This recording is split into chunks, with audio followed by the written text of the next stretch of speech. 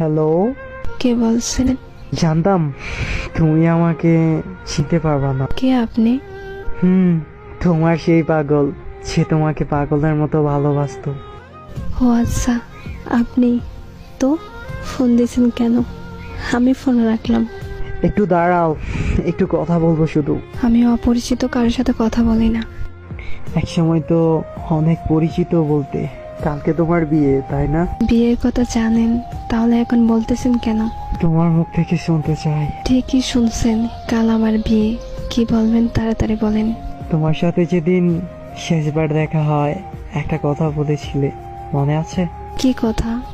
ও, মনে নাই? আমি বলেছিলাম তোমার যেদিন বিয়ে সেদিন আমি এই দুনিয়া থেকে হারিয়ে যাব।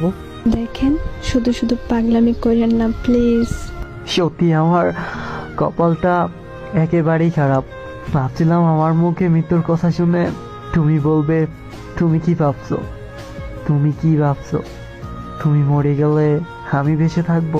হ্যাঁ, আর কি বলবো, তুমি তো আমাকে কোনোদিন ভালোই বাসোনি। একা হয়ে গেছি আমি, একেবারে একা। চুপ করেন, এমন করে কেন কথা বলতেছেন? অবশ্য নাই, একটু পর নিশ্চুপ হয়ে যাব। শোনো না, আমার অনেক কষ্ট হচ্ছে। এখন তুমি কোথায় আছো বলো না, প্লিজ বলো কোথায় আছো তুমি। আমি বলতে পারবো না, আর জেনে কোনো লাভ নাই। আমাকে বাঁচাতে পারবে না। আমি মরে যাওয়ার আগে একটা কথা বলবো, তুমি শুনবা?